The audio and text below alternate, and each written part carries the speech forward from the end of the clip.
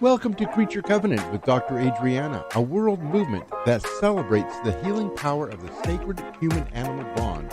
Now, here is Dr. Adriana. Well, hello again to our new chapter of Creature Covenant.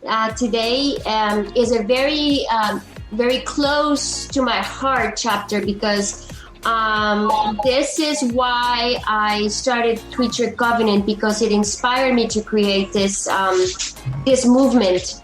How a charity animal hospital transformed the lives of a community and of a group of dedicated people in our industry.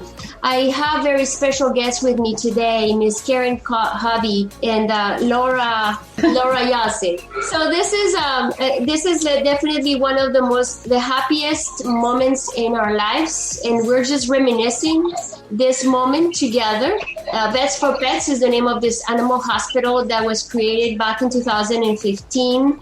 As an effort from the veterinarians, the animal hospitals, and the Florida Veterinary Medical Association, in conjunction with, to help create this animal hospital that was dedicated just to help a segment of the population who could not afford to go to a regular veterinarian. They had pets, but they could not afford to go through a veterinarian, and it was creating a problem, really, because although our local hospitals really wanted to help, there was really a lot of people that could really not afford to go, and then so that was precisely creating trying to figure out how we were going to help all that segment of the population in our county,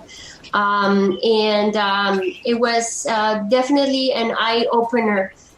There was so much need to help these pets and these people that really, because of personal circumstances, illness, homelessness, and what have you, they could not really provide the animal care, the care for the animals that they need. So this is how Vets for Pets was created, and really made a dent in the hearts of everybody that participated. And this is where my guests Karen and Laura come from, and I just wanted you guys to introduce yourselves and share your experience with Vets for Pets. Who do you want? How about Karen? I am Karen, and I came across Vets for Pets when I was working with the Animal Coalition in Tampa, and I heard that they needed a fundraiser, marketer kind of person, and it was perfect timing. And so I interviewed and got the job there, one of the best jobs ever. Just the way of helping animals, helping people, the people that I met through there, the people at the clinic, it just changed my life, and became a heart job as opposed to just a regular job that you go to work at and get home and that kind of thing. So it was my heart job. And Laura, share your experience. How do you came across Vets for Pets? Hi, I was going through technician school and volunteering at a private veterinarian hospital. And in one of my classes, we needed to observe spay and neuter surgeries. And we didn't do a lot of them at the private practice. And so one of the other technicians knows Dr. O and recommended Vets for Pets. So I called and went over to Vets for Pets and was able to probably observe in one day all the spays and neuters I needed, but fell in love with the mission and the people that worked there almost immediately. So I started volunteering at Vets for Pets. And after volunteering for a couple of months, was able to take a technician position at Vets for Pets. So that's how I ended up there. I think Vets for Pets shaped the very purpose of many of us and how we approach our works and our lives in many instances, because there was so much compassion that this job required from everybody involved. From the perspective of educating pet owners, being compassionate in the sense of understanding their circumstances.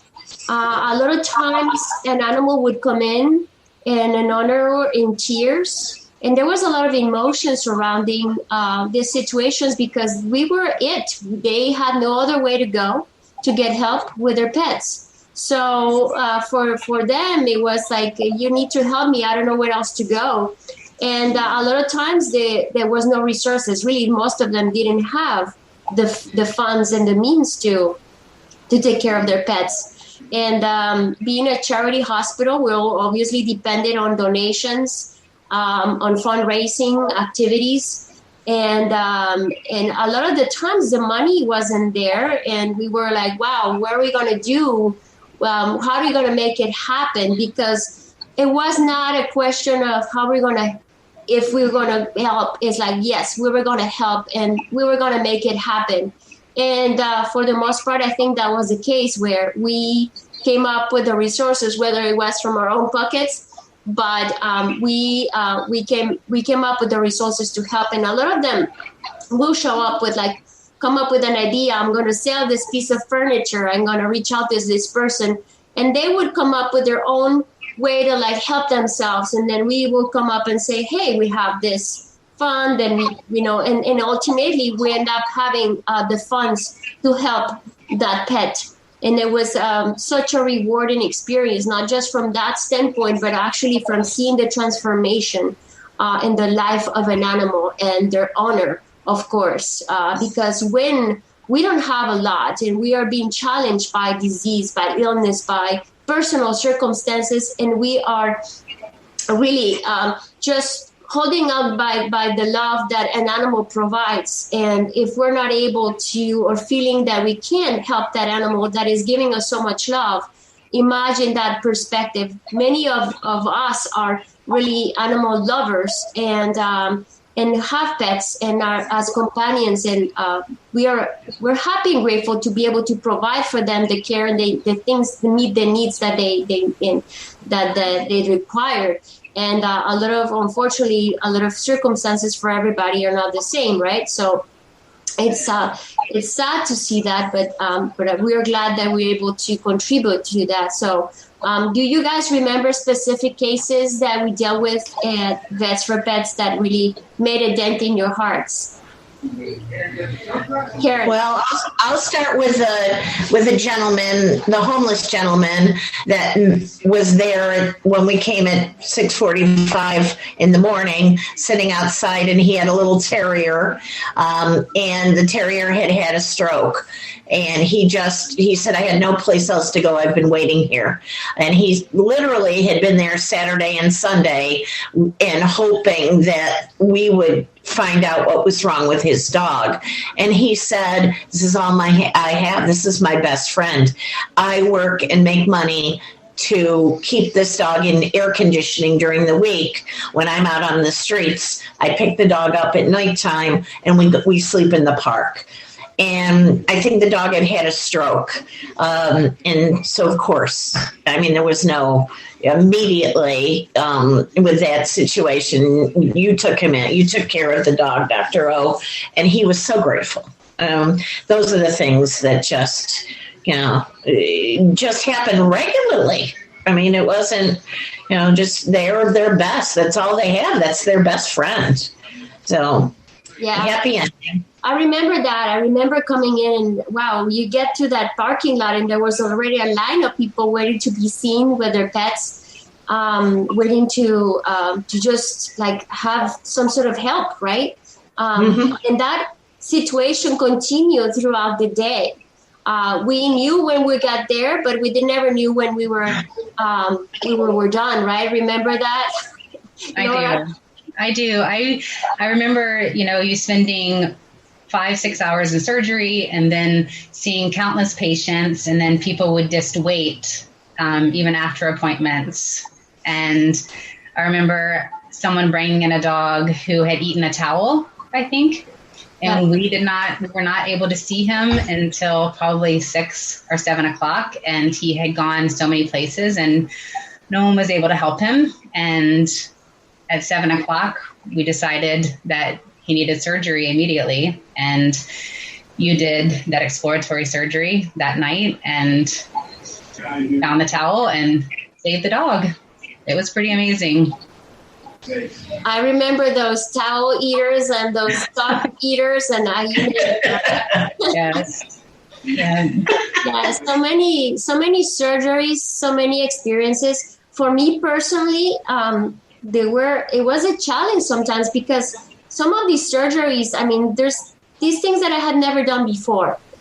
And I just felt like if it wasn't me doing it, they were not going to get the help and the need that they required. So it pushed me to become a better surgeon, to be up front and center of like, well, it's me, and I this is the chance for this. I'm the chance for this animal. So I'm going to prepare. I'm going to research. I'm going to read. I'm going to reach out to colleagues, to experts, and to specialists to help me how guide me into making this surgery that I'd never done before. And thank God, it was good outcomes for the most part. I mean, some pets unfortunately didn't make it. Not in this particular situation, but in situations where animals were way too far the line of help in terms of their health, right? Animals that were really like malnourished or really anemic. And the circumstances did not allow for them to survive. We tried our best, but this part of where we practice, right? But for the most part, all of these experiences were quite enriching, and wow, I just I get a little shaky just by thinking about it, because I'm thinking back, and I was doing 17 surgeries in a day and seeing 55 patients, or we were, I don't say I was, but I feel like this isn't something that you do on a regular basis, and there's got to be a sense of purpose, and you're like almost like you're possessed, right, to do that kind of a thing, because you're possessed by love, you're possessed by purpose. I cannot explain it. I mean, I guess you guys know because you lived through it and you know how it worked. But that's how it was. That's exactly how it was. Your talents, your joy, you're just high on purpose at that point. And that's what made it happen. I think what Vets for Pets did, when I went into technician school, I was under the impression that, well, all I really wanted to do was help animals and provide them the care they needed. And Vets for Pets opened my eyes, I think, to medicine coming together with compassion. And I don't think you find that everywhere. And so when I found that, it was just so eye-opening and fulfilling. And I think even past the emergency surgeries and just the maintenance, I guess, of animals, like people who would come in who their dogs would have heart issues and they just needed to be seen once a month and stay on heart medicine, but they couldn't necessarily afford it at a regular hospital. And to be able to provide that owner with another couple of years with their pets is, I don't know, it gives you definitely a feeling of purpose. Absolutely. And now that you mentioned that, I mean, it wouldn't have been possible had we not had the help from so many entities, so many other hospitals that give us resources, right? That provided or opened their doors so that people can go through their hospitals and get perhaps x-rays done, so that they could done at a very reduced rate, so that we can find out things. We didn't really have or have diagnosis available because we didn't have those resources at Vets for Pets. So it was really beautiful to see how other hospitals were like partnering with us and helping us.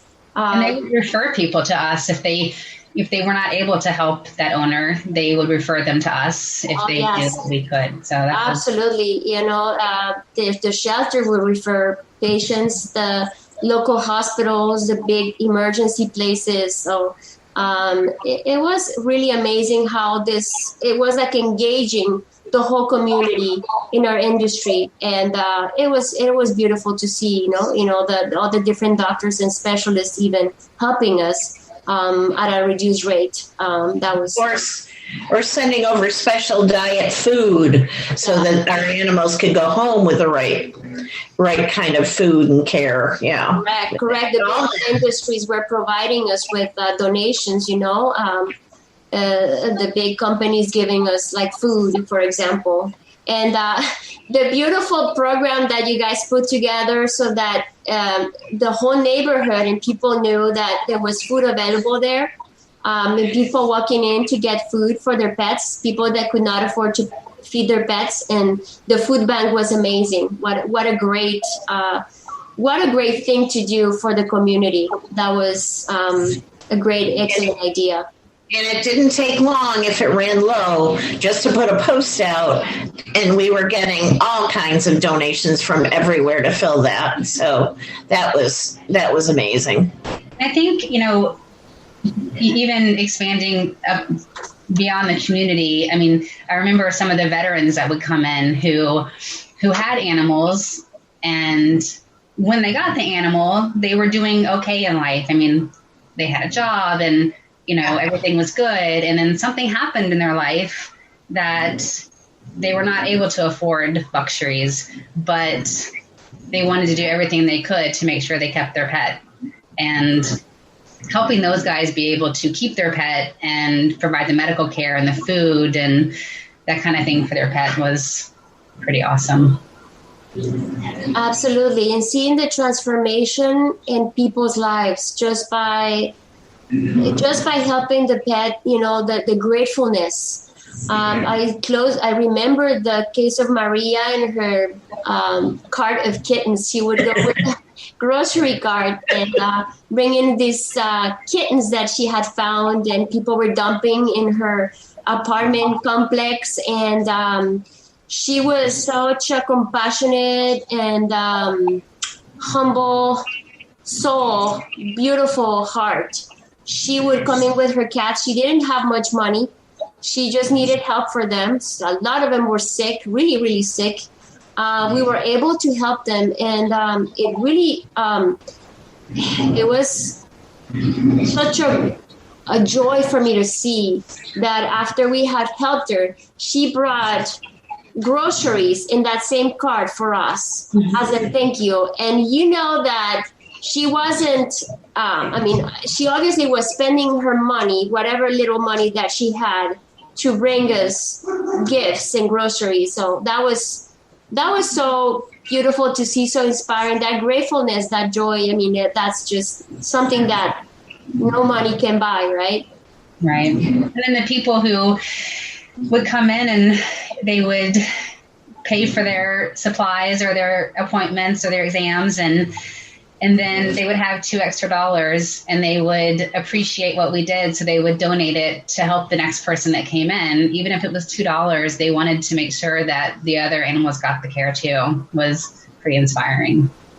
A lot of the experiences that we had there together as a team, I remember just us being so happy, that happiness that was just kind of contagious, and us singing and being somewhat silly, and playing music for the animals as they were recovering. Just shooting videos, promotional videos, just from the heart, just things that weren't too planned. They were just spontaneous things that we did. Our Christmas tree. Just so many different things that were elements that are just part of that richness of what Best for Pets was, and how it's personally was transforming our lives. We were busy, but it was just fueling more than than you feeling drained. It was just fueling what we were doing. So that team effort right there was just amazing. All the doctors, all the veterinary technicians, the receptionists, everybody that was involved there, the volunteers. Great people, that decided that because of their experience there, they wanted to go to vet school or they wanted to become veterinary technicians. How powerful.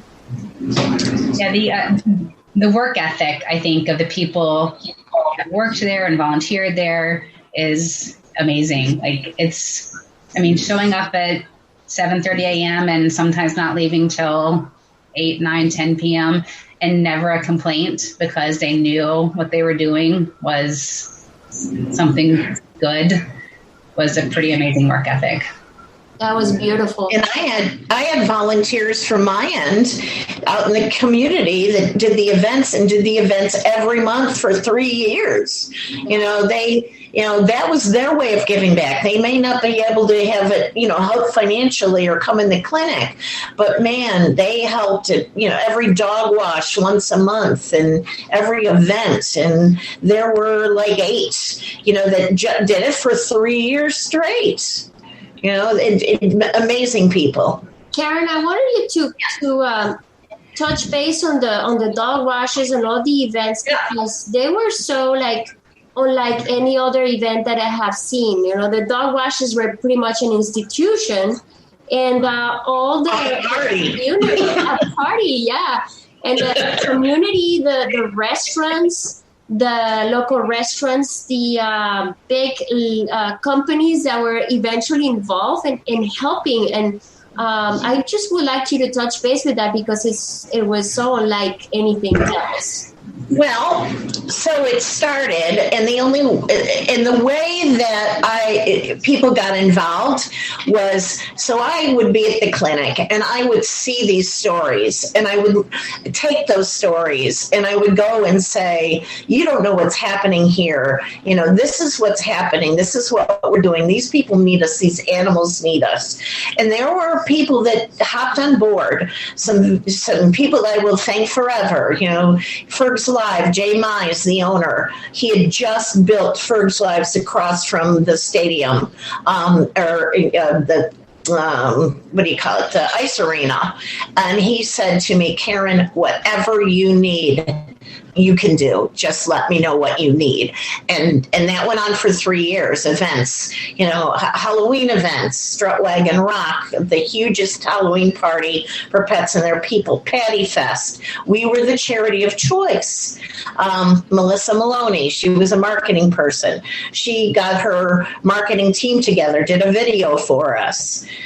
Ego Photo, Adam Goldberg, that first big event, he was there taking photos. Modern Paws, they're huge now, but we were their charity of choice, and they would donate, and give things and whatever we asked, they did for us.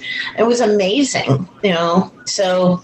All of the local businesses that donated for the charity, like the Kendra Scott. They hosted a event for us. And Faceplant Dreams gave us box after box of I love dog and I love cat, stuff. Slippers. I think I gave away slippers for the entire time I was there.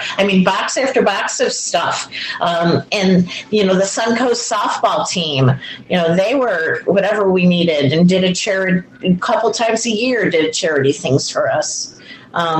Then Drag Queen Bingo, that just, all those businesses were amazing for us. Really amazing. As it grew, actually, it also drew the attention of big companies like Tito's Vodka. I don't know how many bandanas I have for my dogs from Tito, from all from all the events, particularly the dog washes and the cocktails. That was amazing. What a great company. Well, that was another one that the minute we asked, they, loaded up stuff. We wouldn't have been so successful in our events like the Strut Wagon Rock. They did the grand prizes, a cooler full of stuff, a $500 cooler full of that. Lori, your brother was big when we went to Franklin Manor, and they donated when we no longer could use furs when it shut down. So, I mean, we had some amazing giveaways that helped us earn, monies. Yeah, there's some great people out there for us. Yeah, there were some pretty great venues just because they were open air, so dogs were allowed, and so people were there with their dogs, and volunteers brought their dogs, and it just made for a great Saturday or Sunday afternoon as well, and volunteering at the same time. So, and we always got a check from Brown and Brown. I want to add that too. The insurance company always. So many great people in our community. So inspiring. So they were all drawn to a cause.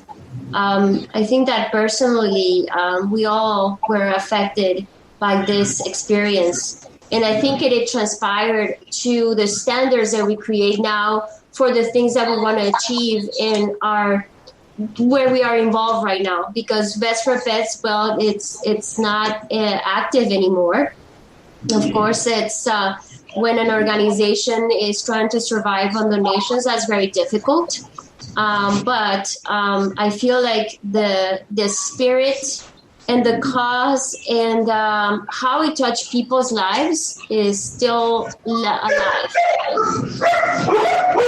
Sorry. Family has something to say. Exactly. Perfect. Perfect. Yeah. Absolutely. So I think that it has created a standard of how we all from now on are living our lives and working where we are. I feel like it has transpired to that, and to some extent to all the people that are now involved in rescue because of that. There you go. There is a rescue organization, Merciful Project. Her CEO was actually, or her creator was inspired by her experience at Vets for Pets. And another example are the veterinary students that are now in vet school that they were inspired by being at Vets for Pets. And, it's just, and that experience right there is going to transpire in their lives as professionals, because that compassion that they were exposed to and that side of practicing veterinary care, veterinary medicine with compassion and love and passion. Yeah, passion, right? Passion for what you do. And it was difficult sometimes and hard. And I said, if you can work here, you can work anywhere, right? Yeah. So what you guys are doing right now, and how is your experience molding you guys right now? Well, I am at a nonprofit. When I moved up to New York, I put in my resumes at nonprofits, and I am at Spay and Neuter Syracuse. So right now it's kind of hard because of COVID, so we're not allowed to do any outside fundraising. So everything has to be online. But I'm a receptionist, and when the clinic is on, and check them out and do that. And get medicines ready. So, but it all has to do, again, it's a nonprofit. It's helping animals. It's low income. It's high quality, low income spay and neuters in veterinary wellness care. So similar. But I got home and I wasn't doing anything when I first moved up here. That's not me. It's got to be about animals and helping. And so that's what I'm doing now. I am working with a veterinarian who worked 1 day a week at Vets for Pets, and she has now opened up her own practice, and I am with her. And wanted to make sure I was still working with someone who showed the amount of compassion for animals enough to work at Vets for Pets. I mean, I don't have enough good things to say about her. She loves animals. She's very compassionate, and she only wants the best for them. So it's nice to work for someone who feels like that. That's awesome, because you got the opportunity to continue with that same train. She is Dr. Amanda. She's amazing. I've seen the pictures of her beautiful new hospital. Yes. It sounds like such a nice, inviting, fresh environment, stress-free. I just can wish you but the best, and I'm sure that all the animals are under her care and in the best possible hands. I know that for sure. Yes, definitely. And as part of that stuff, so see how all of this experience transpires for us to always want to be better and provide a good service and take that compassion to the next level. So I really appreciate you guys. You are my soul sisters. I love you so much. It's such a pleasure to have shared this remembrance of a great moment in our lives that continues to live to this day and to influence our lives. And it cannot be any more grateful. Thank you so much. Thank you. You too. I have trusted you with many of my pets over the past few years, and thank you for always doing right by them, and thank you for making me a better technician, and I appreciate you and love you too. Oh, that's so sweet. And thank you for sharing your heart with me, and Laura too. I mean, and I can't even tell you how appreciative I am of, the dogs that you've helped me cross over even with, and so yeah, even though we're very, very far away, we're still all in it together. Absolutely. All sisters. Yep. Absolutely. Well, thank you guys for being a Creature Covenant. You guys have been part of this journey since it started. And I'm so grateful for you to share this moment, this insights. And I can't wait to see you again. Ciao. Bye. Thank you. Bye. Bye.